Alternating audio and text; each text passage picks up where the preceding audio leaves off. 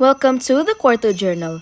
In this week's episode, we're diving into two of Macau's most beloved delicacies, the Portuguese egg tart and the Bakkwa or beef jerky. Let's recreate these iconic treats and transport our taste buds back to the vibrant streets of Macau. Let's go!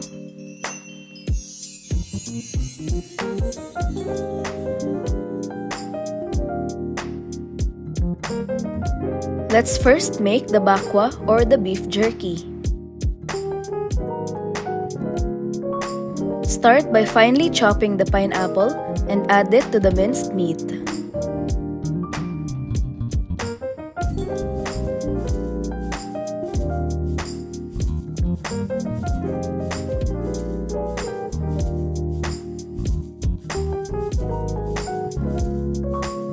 Then add 1/2 cup of sugar,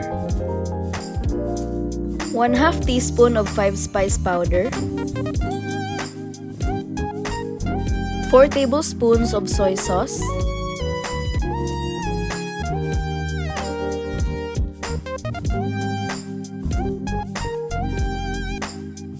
2 tablespoons of mirin sauce,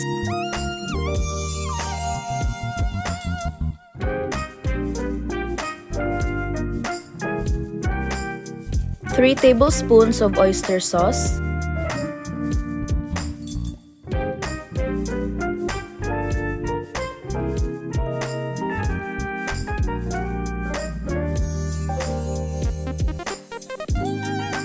1 tablespoon of salt,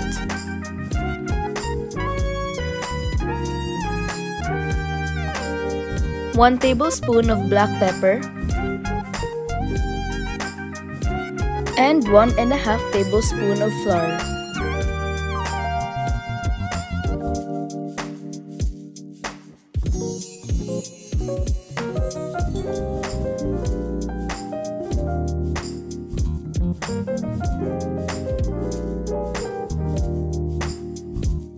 This is optional, but you can also add red food coloring.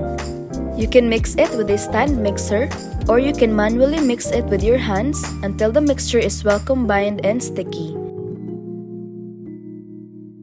Place a piece of baking or parchment paper on a flat surface, then brush it evenly with cooking oil. Then spread the meat mixture on the baking paper.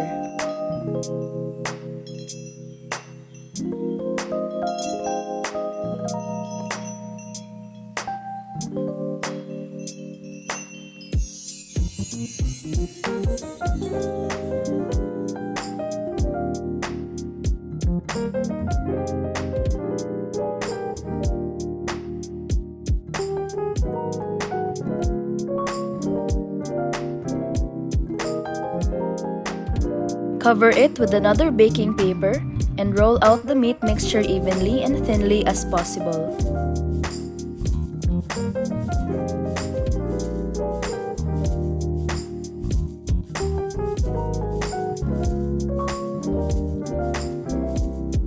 Repeat the same procedure until all the mixture is used.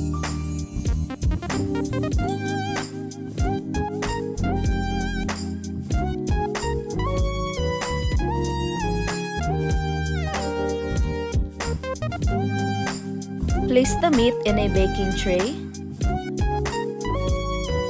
and bake in the oven for about 15 to 20 minutes.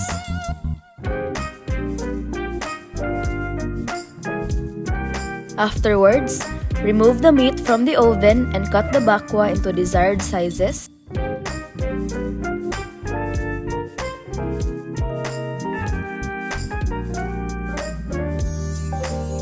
Remove it from the baking paper and place it on the baking tray and grill it just until golden on both sides.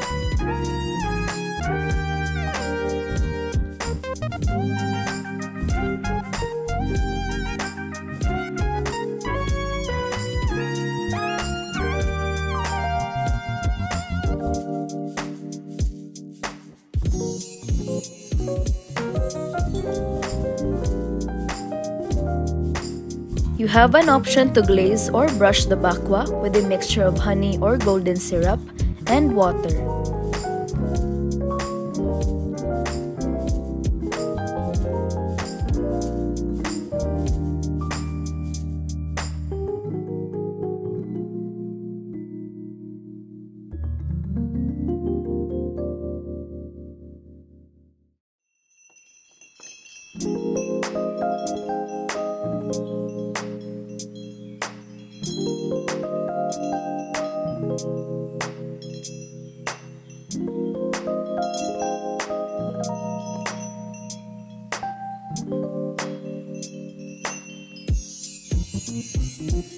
When it's already golden on both sides, you can finally serve it on a plate.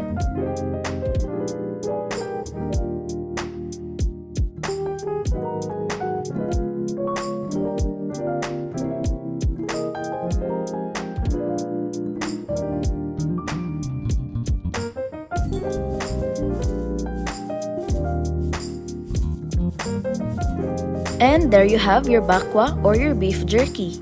Just slightly sweet, smoky, and chewy.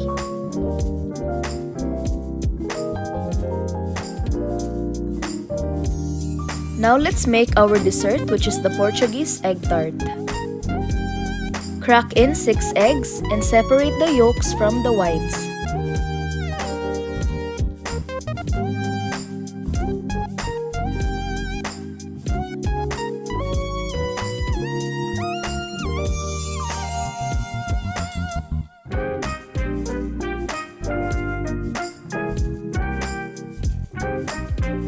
Then in the bowl, add in 1/4 cup of sugar,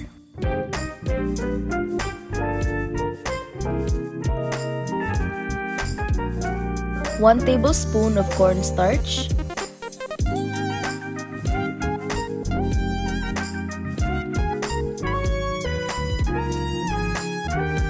3/4 cups of low-fat milk,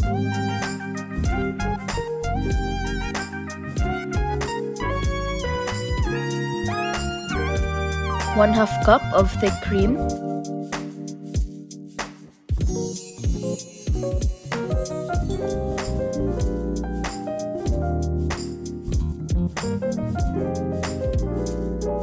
and 1 teaspoon of vanilla extract.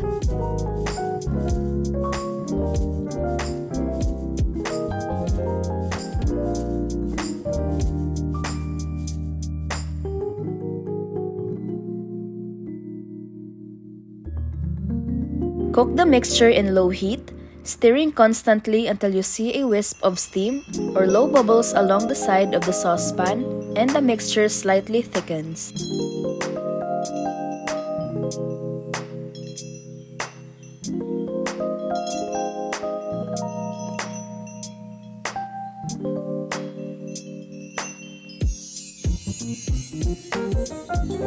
Remove it immediately from the heat, and afterwards, pour the mixture through a sieve to make it smooth and free of lumps.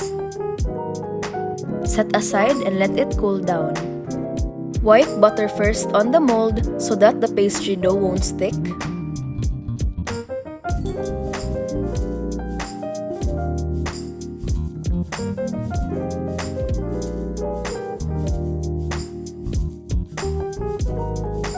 Then place the pastry dough in each mold, gently pressing it until it fully covers the mold up to the rim, and trim away any excess dough.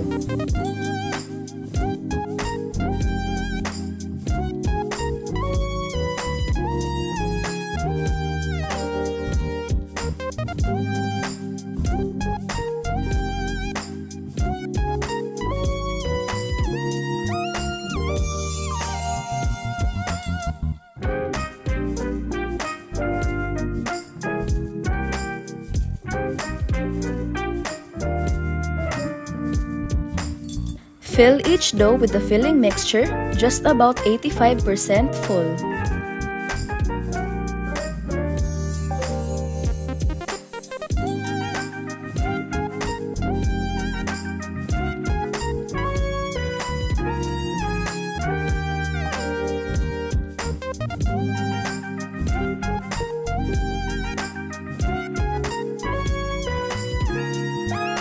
Place the mold tray in the preheated oven while lowering the temperature to 220 degrees Celsius and bake it for 20 to 25 minutes just when the pastries are golden brown and the fillings are bubbling with a slight caramel appearance.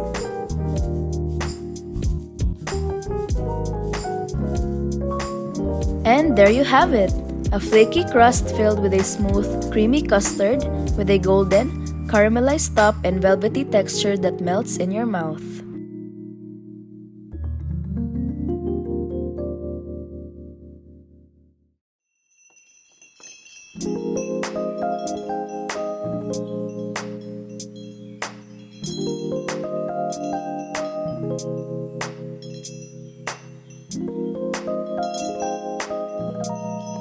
And this concludes our 35th episode.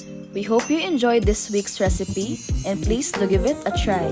Don't forget to like and subscribe, and we'll see you in the next episode. Bye!